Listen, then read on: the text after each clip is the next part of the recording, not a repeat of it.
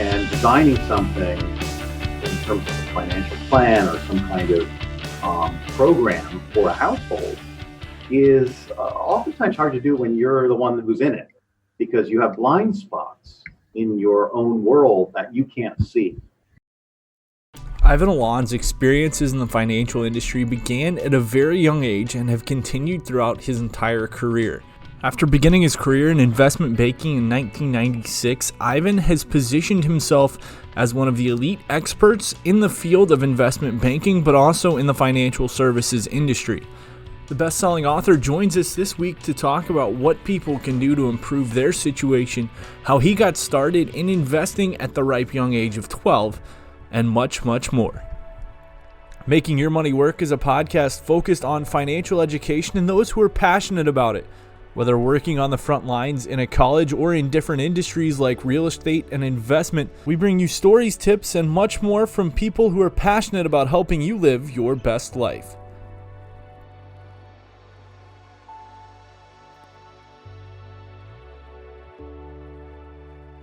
On this episode of Making Your Money Work, we're joined with a very special guest, a very esteemed guest in the financial services industry, the author of Success as a Financial Advisor for Dummies, among many, many other titles. We won't go into them because I'm sure we could stay here forever.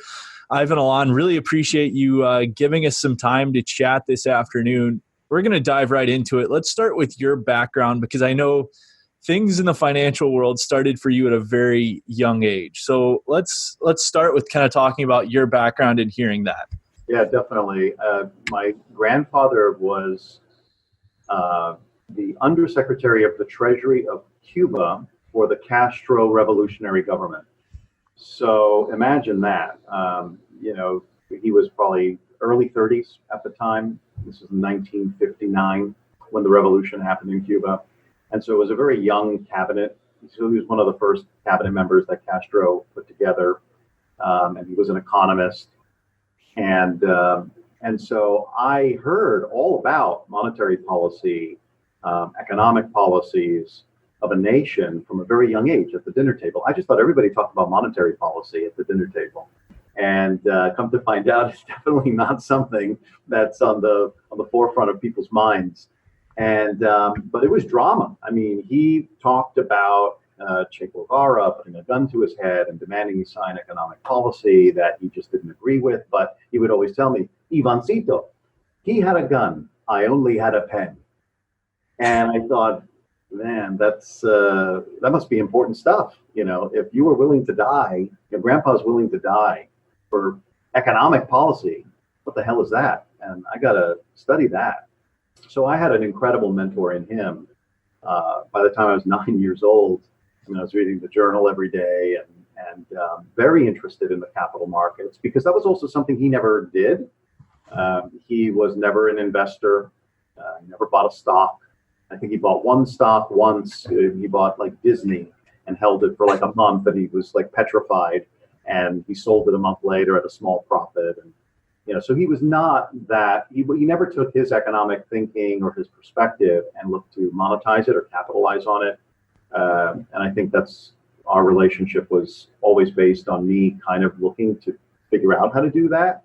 And it was wonderful, because after I wrote my first book, I dedicated it to him, and I got to present it to him, and he died about a year after that. But he was 92 years old. So he had a very long, full life, and it was wonderful to have a full circle moment with him. And then later on, I ended up going to, so I started day trading by 13. And I had a beeper. This is when pagers were in the, this was like 1988, and 89. And I had a pager with my broker. And so I'd get beeped, and I would like leave my high school class and like go to the payphone in the hall and make a trade. And then all the teachers knew like what my this hobby was, and but I was day trading my college fund, and because I asked my dad for it, I said, you're just an electrical engineer. What do you know about this stuff? I've been studying it for years. So give me all my money, and if I lose it, all right, I go to community college. If I do well, I go anywhere I want. I did well. I went to Boston College, got a couple of degrees, and ended up starting in investment banking in Chicago, and in the municipal bond underwriting business, and opened a mutual fund business. So it's kind of an amazing. I mean, it's like one of those stories that unless it's like so unique and just happens to be filled with international geopolitical drama. You said you started trading at 12 and 13 and you had a broker. What was that conversation like, talking to a broker as a 13-year-old kid, trying to convince them that you were serious and you actually had done your research? It was crazy. I mean, my voice dropped when I was 12 years old, so it was not an issue. So I sounded very mature, and it was a joint account with my father. And so they saw the birthday, they knew the age, but I had authority. And I don't know, back in the day, in the 80s, I guess things were a little different. Things were a lot more relaxed. And it was a discount broker where I think every trade I made cost, it was like $35. And that was like a really cheap rate on a trade. And of course, now you do trades for free. But I actually day traded mutual funds, which was something that now you can't even do in the industry anymore. And I developed really interesting little techniques that I thought would give me some kind of advantage and making a profit. And I came to learn later in college and formal education that I was actually doing quite a bit of technical analysis. And, I would print out different data sets and hold up the two pieces of paper up to the light. And so I could see, because this is like before Excel, this is like Lotus 1, 2, 3. And so it was very hard to get multiple data sets on a single page. So I would print them on different pages and get them to line up. And so I obviously had no friends as a kid, and the friends I did have, they were all super geeks as well. So it was pretty good.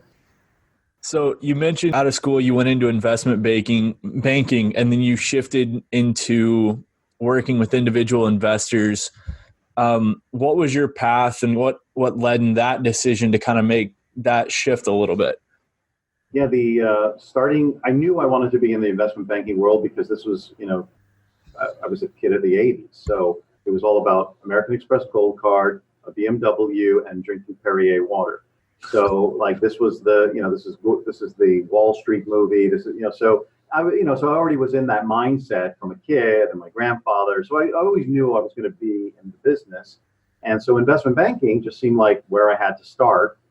And in fact, that was a very good place to start because you see how the entire Wall Street machine works, from product development, marketing, lipstick on a pig type products that just get sold because of the hype is very big in a particular sector or part of the market. So there's just a lot of money that's made in the underwriting of securities, whether it's a bond, whether it's a stock. Tremendous amounts of fees are generated through that activity. And so you really learn from the inside how the entire machine works, and that it really isn't about making great investments for people. It's about making a lot of money off of people. And so that was, and I don't mean to disparage the investment banking industry, it's an incredible part of how our capitalist system works and a very, very valuable part of how it works. But it's a highly profitable machine that is all about maximizing profit on selling stuff. So sometimes you're going to be selling something that isn't very valuable, but you're still going to be moving it anyway. So after I started my career, about 4 years, I worked at a big corporation, and then I left and I started my own investment banking consultancy, where I was working with smaller investment management companies who were looking for distribution and doing product development. And so it's kind of like a hired gun for these other companies. And I had some really great, amazing experiences, and I had some very disheartening experiences. And I think that goes with any kind of entrepreneurial experience. And after about a decade of doing that work, I decided, I'm seeing all these financial advisors not really giving advice, just more or less selling product, and they don't really have any intellectual capital of their own that they're really showcasing.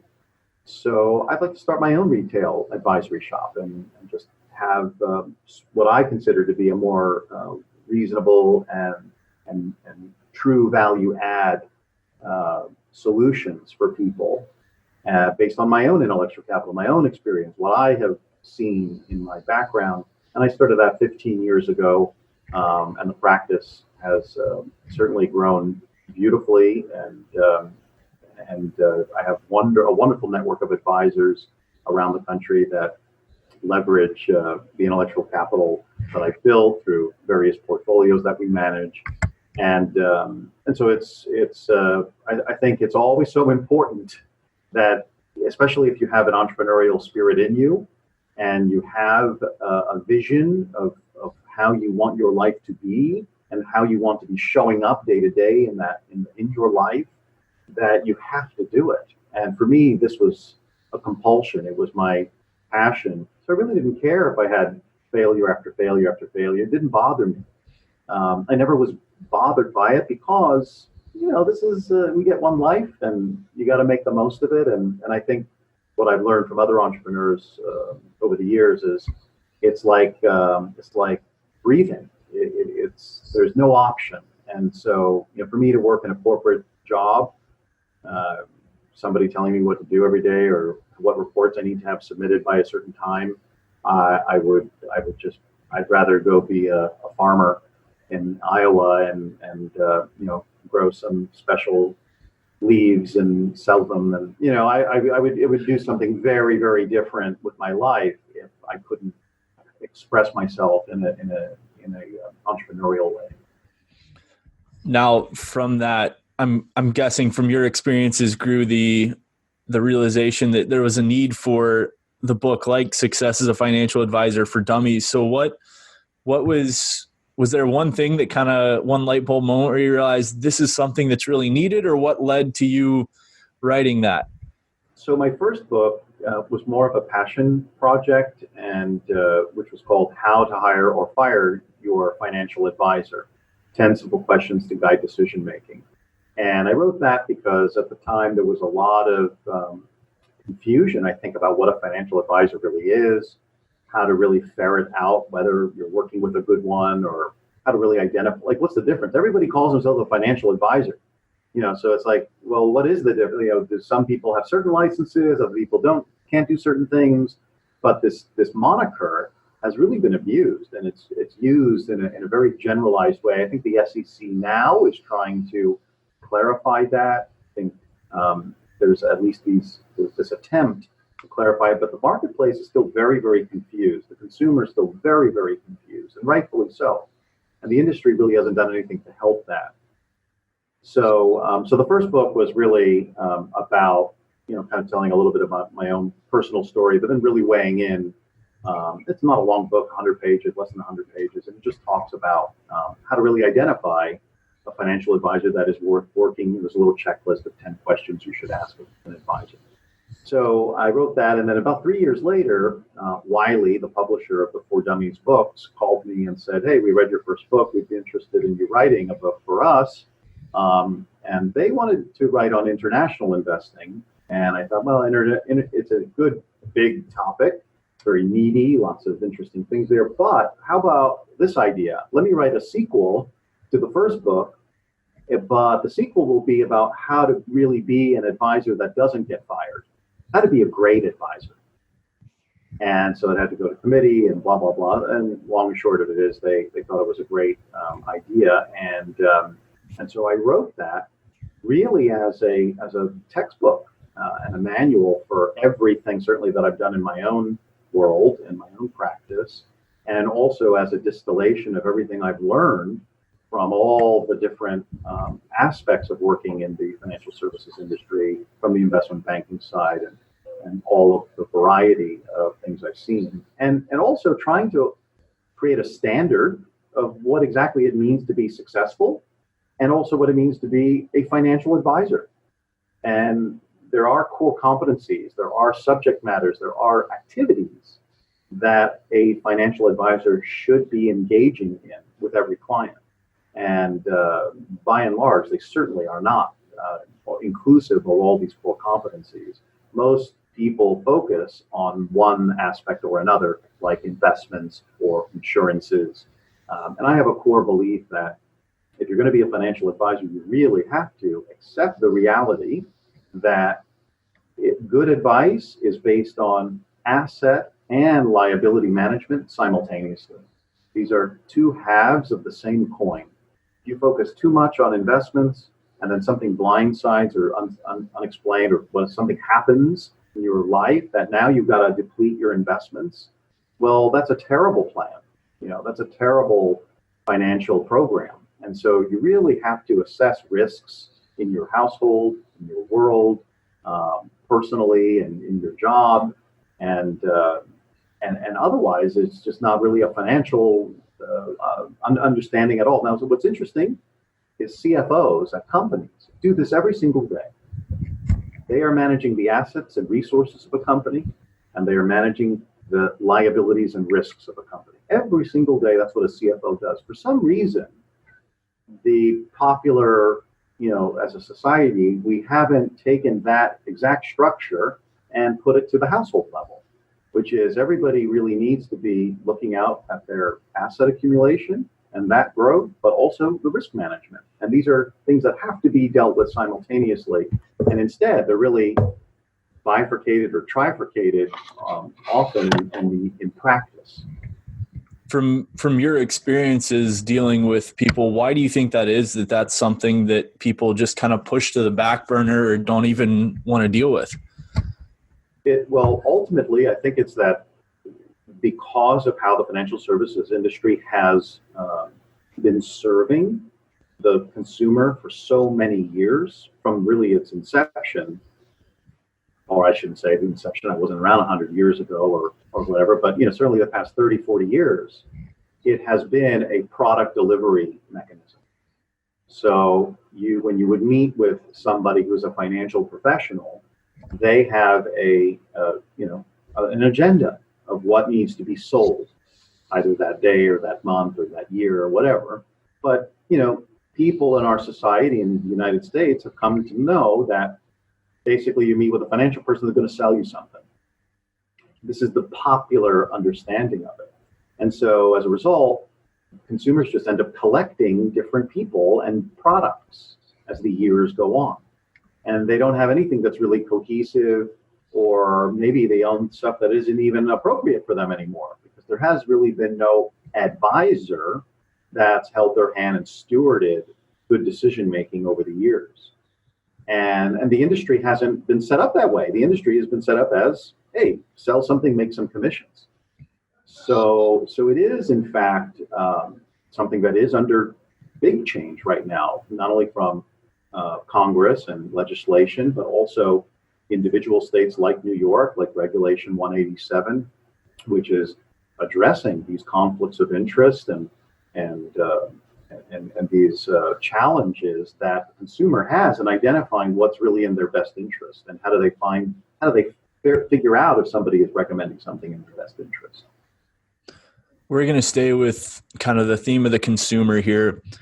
Whether it's things that you feel the industry hasn't done a good job of, providing the information to the consumer about, or things that are just misunderstood, what are some of the biggest issues that you see people grappling with or not understanding and maybe making a wrong decision because they don't have that knowledge? Yeah, so certainly there's different tiers, because certainly most consumers have 401k plans, for example, and there's really simple things, like I said earlier. If somebody is at the peak of their earnings, they're in their 50s, they could be maxing out that 401k, getting that maximum match if the company offers one. And that's such a simple thing that somebody can do to maximize the accumulated growth and savings that they would have at retirement. How does somebody even get that advice? There's no money to be made by a financial advisor in giving somebody that advice. So what we have seen in our industry is more of an evolution towards fee-based planning, and even ongoing subscription service model planning. And that is a very powerful way to serve people with advice where you are getting compensated for that good guidance and that looking out for the best interest of your client, and not just giving away that advice for free, but actually adding value. So that is actually an area of the financial services industry that I think is going to continue to grow.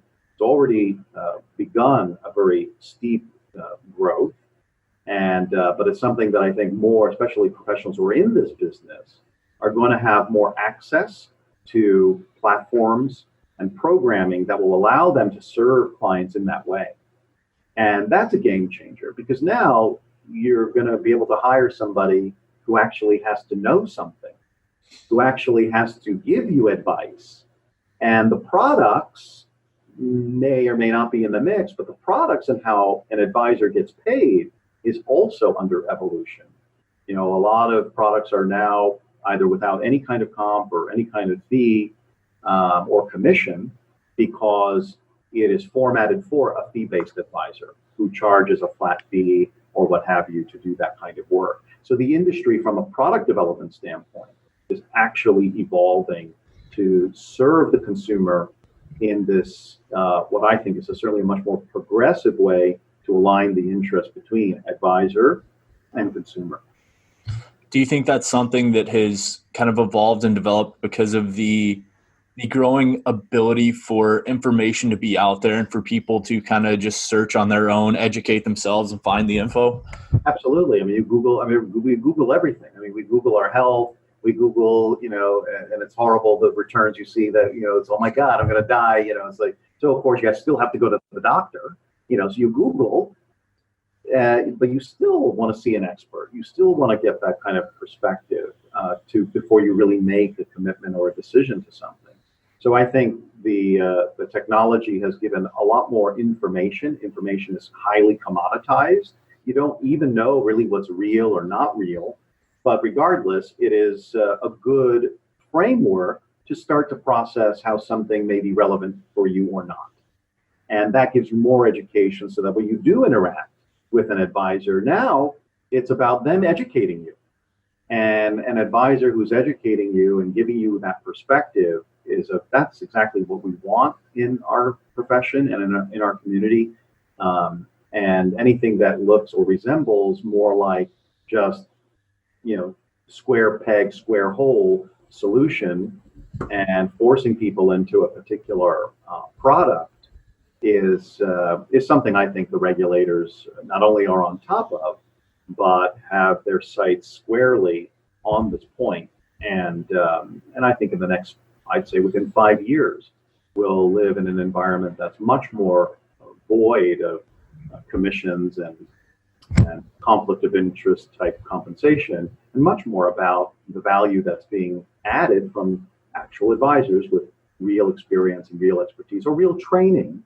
And even some of the certification programs like the CFP board, they have done really fantastic work in refining what it means to be a financial advisor, to be a certified financial planner, and some of the conflicts that exist between the company that CFP may work at and what the CFP board wants in terms of their behavior.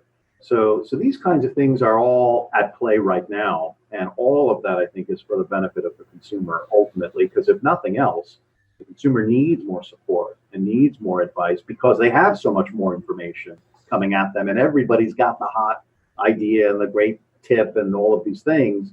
And so you really need more professionals in the marketplace that can be good, solid resources. On the investment side, is there one, whether it's, stocks, mutual funds, 401k, one thing that you see people coming in thinking, okay, I've done my research, I know what I need to know, but they're extremely mistaken, or they just haven't, they're missing a big piece of the information? Yeah, I think people just like, I really like using the healthcare industry as a good proxy for this discussion, because when people go visit their doctor or the surgeon, Something's been diagnosed, you're going to have a procedure. When people go to the surgeon, they don't say, well, I'd really like to know what scalpel you're going to use on me. And could I see it? Can I examine it? I'd like to know everything about that scalpel. Well, it's actually something that nobody ever asks about. What people want to know when they go see the surgeon is they want to know the experience, the technique, the skill, just how capable, how competent that person is. Did they drink too much coffee that morning? Maybe you care about, or not enough coffee. But you want to know about the person. You want to know about the professional. In the financial services industry, it's not that way at all. Everyone walks in only wanting to know about the tool, to know about the implement. The advisor, the value of the advisor is highly discounted, almost to nothing. And because the assumption is that they're just there selling tools and implements, like a door-to-door, salesman, like the way they used to sell vacuum cleaners back in the day, throwing door, put the foot in the door and throw dirt on the carpet, and then now you got to vacuum it up. I mean, that was the technique that vacuum salespeople used, and society, kind of got to a point where they didn't accept that anymore. And so, I think that's where we have to support the consumer and help highlight the fact that this is not at all about tool selection.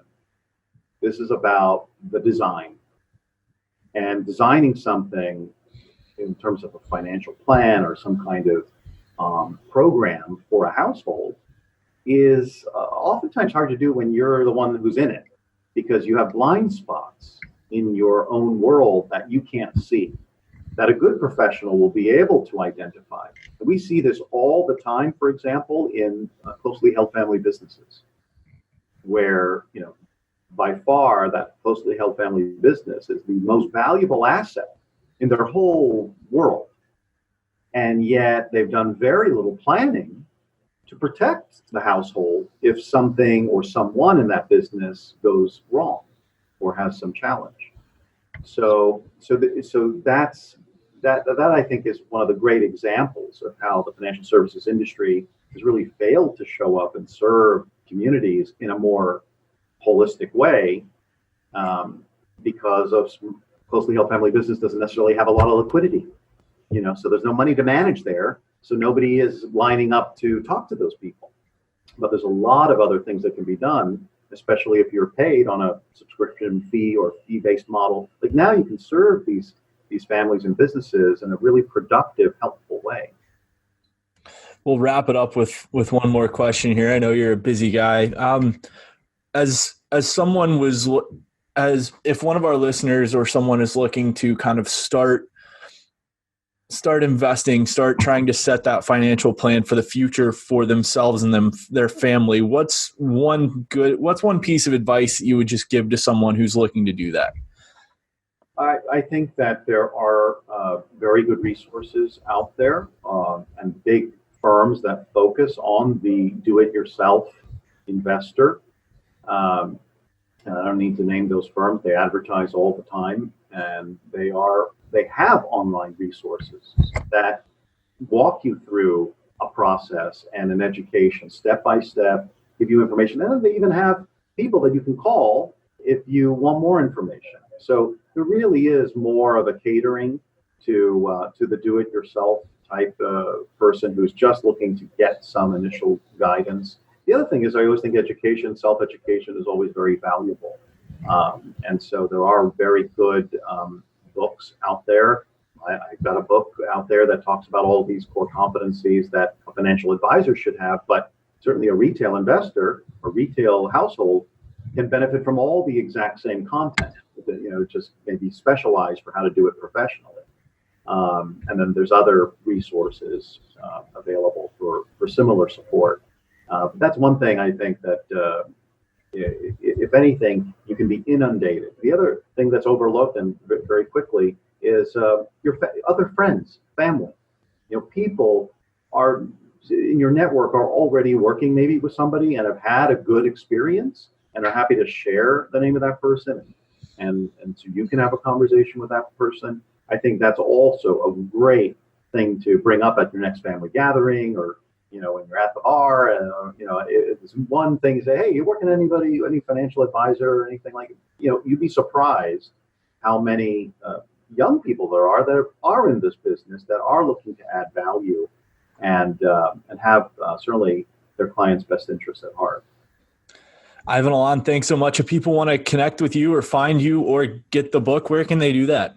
They can go to my website, which is ivanillan.com, IVANILLAN.com, and you can contact me through there. And there's links to articles and the books and all of those good things. Great. Ivan, thanks so much for your time. You're welcome, Isaac. Thank you. Now, if you enjoyed this episode as much as I did, make sure to click that subscribe button and leave a rating and let us know how we're doing, what we can do to help you, and what topics you want to hear. Additionally, if there's someone you think would be a great interview for the podcast, make sure to follow us on social media and let us know. We at Squire are here to help you, so don't be afraid to reach out no matter what question or issue you're running into. We look forward to hearing from you and talking to you on social media.